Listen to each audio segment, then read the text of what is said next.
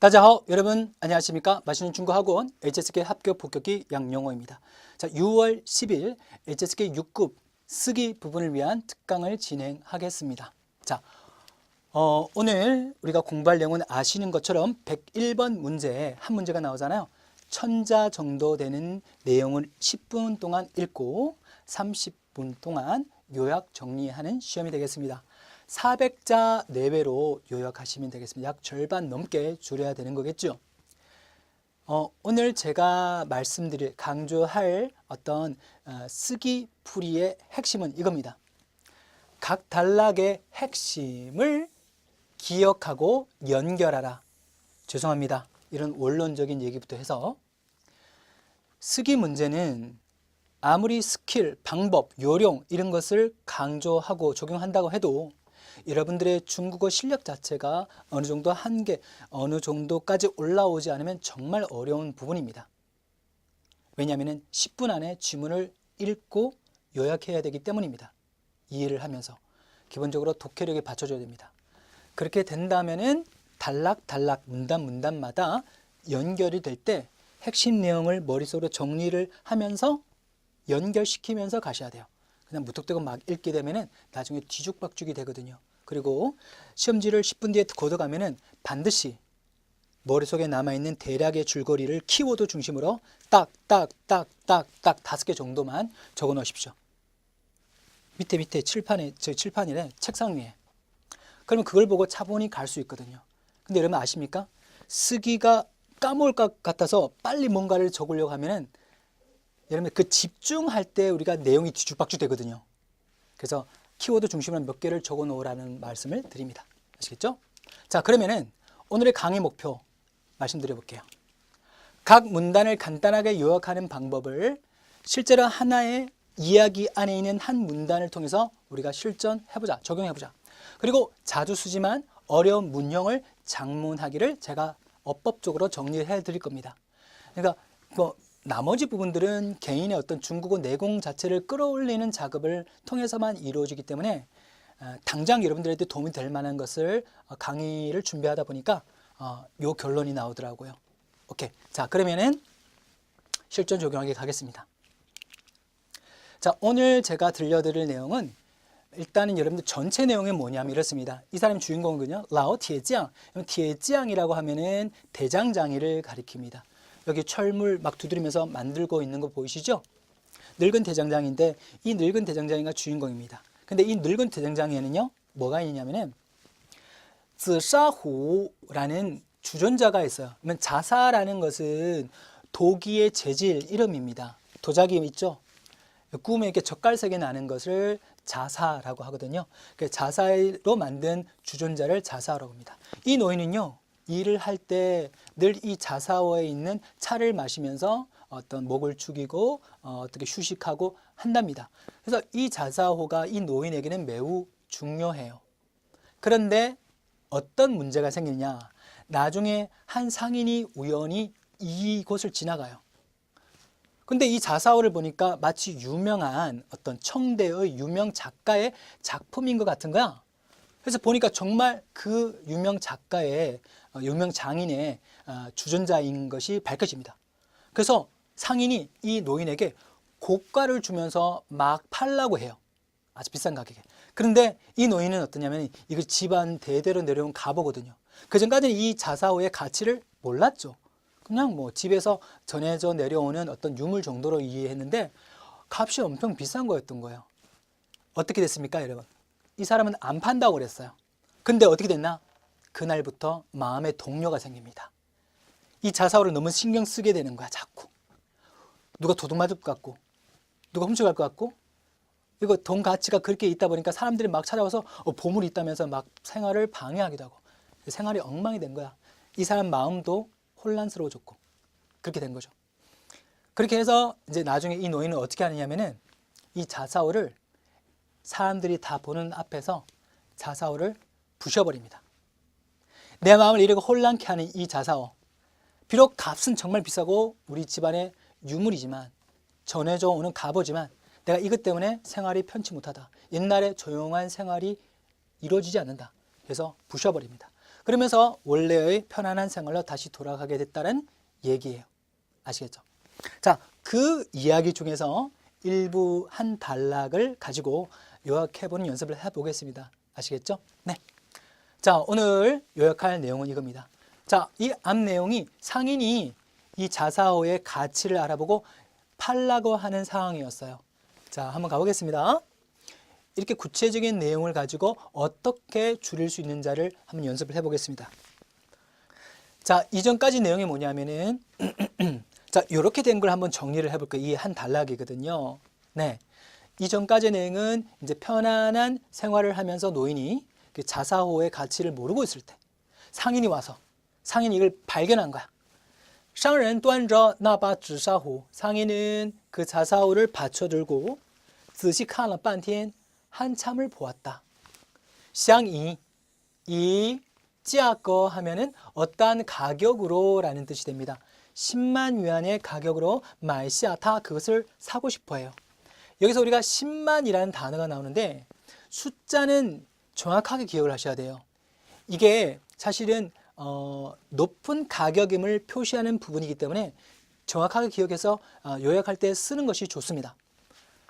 땅 뭐뭐 할 때입니다. 是 뭐뭐 할 때, 그가 대장장이에게, 그 상인이죠, 이 숫자를 언급했을 때, 말을 했을 때, 老铁匠先是一惊. 자, 찡은 칠징의 찡이죠. 자, 여러분들, 우리가 인물이 나오고 그 인물의 심리 변화에 주목을 해야 돼요. 알겠죠? 그래서 얘는 중요한 겁니다. 놀랍니다. 그리고 후에 또 거절을 합니다. 자, 인외, 얘도 중요하죠. 왜 중요하냐? 원인과 결과, 특히 원인은 내용을 전환시킬 때 혹은 내용에서 중요한 부분을 얘기하기 때문에 꼭 기억을 하셔야 돼요. 이 주전자는 是 무엇이다? 他爷爷留下的, 그의 할아버지가 남겨준 것이에요. 他们子孙三代, 그들은 할아버지, 아버지, 자기, 이 3대가 打铁时, 철기를 두드릴 때, 만들 때 또 모두 이 주전자의 물을 마셨습니다. 他们的汗, 그들의 땀은 역시 来自 어디에서 오다? 이 주전자에서 나왔습니다. 왜냐하면 땀은 물이기 때문에 이 물은 어떻게? 이 주전자에서 마신 물이기 때문입니다. 아시겠죠? 자, 이런 상황입니다. 이 단락이 끝난 게 아니고요. 그래서 일단 요게만 우리가 살짝 주목해보면 10만 위안은 가격을 기억해야 되겠다. 그렇죠? 그 다음에 뭐가? 얘는 10만 위안을 듣고 깜짝 놀란다. 하지만 뭐? 거절하죠. 그쵸? 이유가 뭔가요? 할아버지가 남긴 거다. 집안의 보물이다. 이란 점입니다. 자, 다음 가볼까요? 자, 연결됩니다.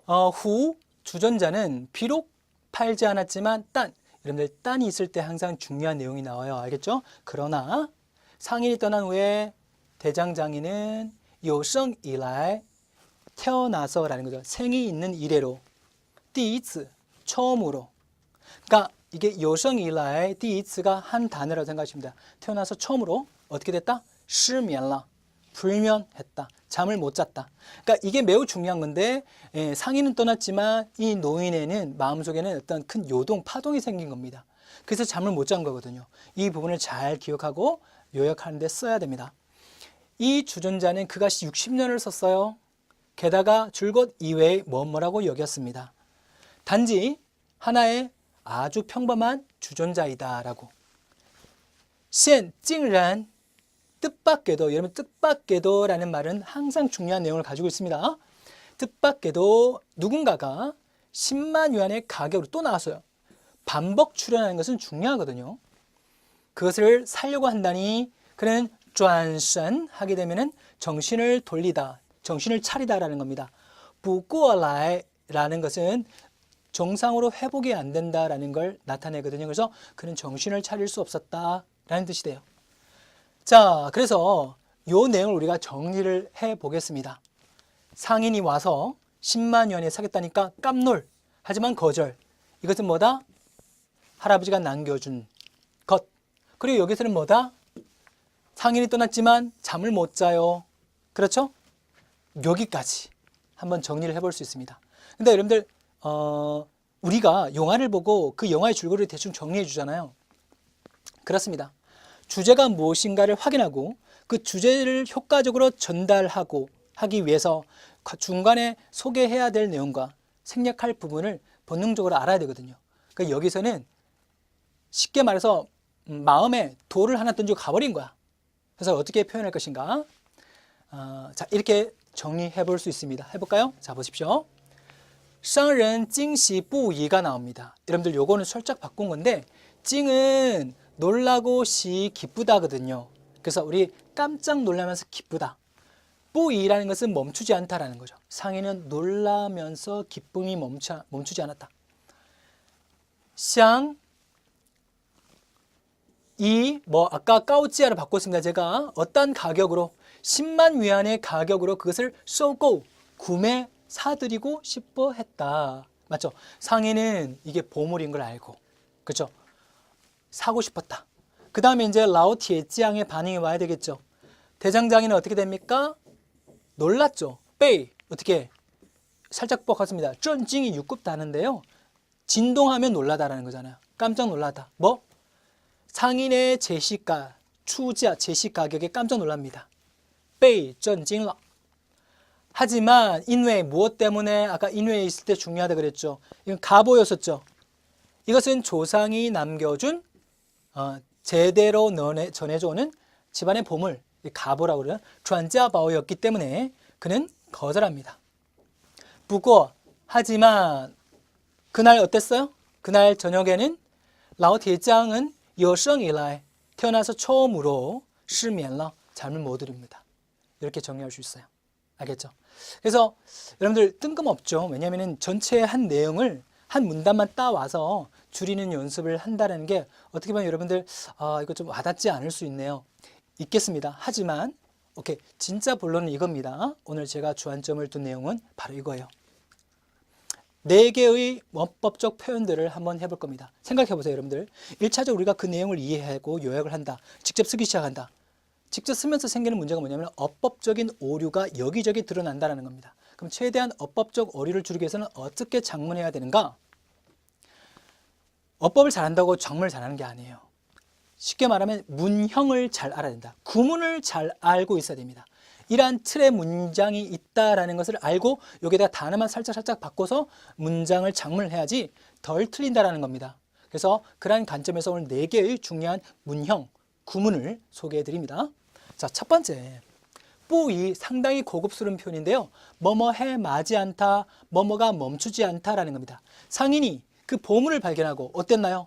기쁘고 놀람이 멈추지 않았죠. 그걸 어떻게 하겠다? 商人惊喜不已. 그렇죠?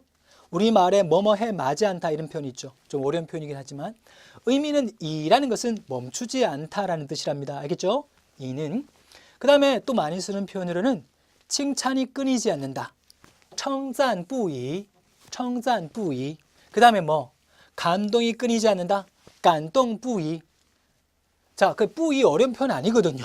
동사 용사 뒤에다가 뿌이를 쓰면 뭐뭐해 마지 않다, 뭐뭐가 끊이지 않다 이런 표현이 된다는 겁니다. 외워두면 참 유용한 표현이다. 6급에 걸맞는 고급스러운 표현이 되겠다. 챙겨두시고요. 자, 두 번째 갑니다. 아까 기억나십니까, 여러분들? 어떠한 가격으로 사다라고 할 때 의로에 해당되는 전치사, 개사가 바로 이라는 겁니다. 이 A의 찌아거, A의 가격으로 사면은 꼬마이 혹은 그냥 마이만 하셔도 되고요. 그래서 A의 가격으로 B를 사다라고 할 때 상인想以 10만元的高价收购它 가능하겠죠? 상인은 10만元의 가격으로 그것을 사고자 한다. 가능하시겠죠? 네. 자, 세 번째 갑니다. 여러분들 우리가 심리를 나타내는 것은 매우 중요하다 그랬죠? 그러면 우리가 여기서 쩐찡은 깜짝 놀라다죠. 그렇죠. 그러면은 나는 주어는 무엇에 깜짝 놀랐다라고 하면 피동문을 쓰게 됩니다. S 주어는 베이 N에 의해서 쩐찡러 깜짝 놀랐다. 반대로 만약에 N에 의해서 감동 먹었다라는 표현도 가능하겠죠. 그러면 뒤에다가 깐동러를 쓰셔도 되겠습니다. 자, 우리가 했던 거 라오티장被商人的出价震惊了. 상인의 제시가에 의해서 깜짝 놀랐다. 감동으로 가볼까요? 그는 타被真正的友谊 진정한 우정에 의해서 감동러 감동했다. 쉽죠? 이런 틀을 기억을 하시라는 겁니다. 마지막입니다. 有生以来第一次. 여러분들 제가 독해나 듣기 할 때 늘 강조하는 게 처음이라는 표현이 나면 늘 중요한 내용입니다 라고 얘기를 많이 해요. 자, 생이 있는 이래로, 이라이라는 것은 뭐뭐 동안이라는 겁니다. 태어나서 지금까지 사는 동안 이런 뜻이죠. 이걸 우리말로 간단하게 하면은 태어나서 처음으로 라는 뜻이 돼요. 쉽죠? 有生以来第一次 동사. 자, 그날 밤 라오 대장, 늙은 대장장이는 태어나서 처음으로 잠을 못 잤다. 失眠了. 다르게 해볼까요? 이번에는 처음으로 태어나서 처음으로 술에 취했다라는 표현. 那天晚上我有生以来第一次有生以来第一次喝醉了 술에 취했다. 가능하시겠죠? 네. 자, 좋습니다. 여러분들 요 강의를 준비하면서 이런 어떤 그 강의의 주안점을 제가 속으로 정리할 때 약간 망설임은 있었습니다. 하지만 오늘의 강의의 주안점은 이 4개의 중요 문형들을 기억을 하고 활용할 수 있게 하는 것이었습니다. 그리고 쓰기 부분은 아무래도 종합적 중국어 실력을 테스트하는 부분이기 때문에 한두 번의 강의로 끝나지 않을 것 같습니다. 이어지는 계속 강의 있을 건데 그 강의를 통해서 여러분들이 당장 피부에 와닿을 수 있는 풀이 꿀팁 같은 것들, 잘 쓸 수 있는 작문법, 그리고 주의할 점 등을 다시 계속 업데이트해서 알려드리도록 하겠습니다. 아시겠죠? 오늘 혹시나 강의를 들으시면서 조금 어려운 부분이 있다면은 그것대로 충분히 받아들이고 자기 걸로 만들려고 노력을 하시고 부족한 부분은 계속 제가 채워 나가도록 하겠습니다. 아시겠죠? 6급에서는 빈출 접속사라는 게 매우 활용도가 높습니다. 그리고 작문에서 활용하는 기본 구문들, 문형들 제가 운영하고 있는 다음 양용어의 차이나 HSK 안에 다 있으니까요. 거기에서 또 자료를 뽑아서 작문에 활용할 부분들이 많을 것 같습니다. 다음 검색에 양용어의 차이나는 HSK 치면 제 카페가 나옵니다. 가장 좋은 것은요. 맛있는 중국어 학원에 직접 오셔서 저와 함께 빡세게 그리고 체계적으로 한 달 혹은 2달 정도 수업을 들으면서 공부하는 것이겠죠. 사실은 제가 직언드립니다. HSK 6급은요. 혼자 공부하면요. 실패할 확률은 매우 높습니다. 진심입니다. 저한테 오면 가장 좋겠지만 맛있는 중국어 학원으로 오면 가장 좋겠지만 아니더라도 중국어 학원으로 가셔서 6급을 준비하는 게 맞아요. 아시겠죠? 거기서 체계적으로 공부를 하셔야 됩니다. 아시겠죠? 네. 자, 6월 10일 HSK 6급 쓰기 부분을 위한 특강을 여기까지 진행하도록 하겠습니다. 여러분들 수고하셨고요. 또 다음 시간에 좋은 내용으로 찾아뵙겠습니다. 大家辛苦了，再见。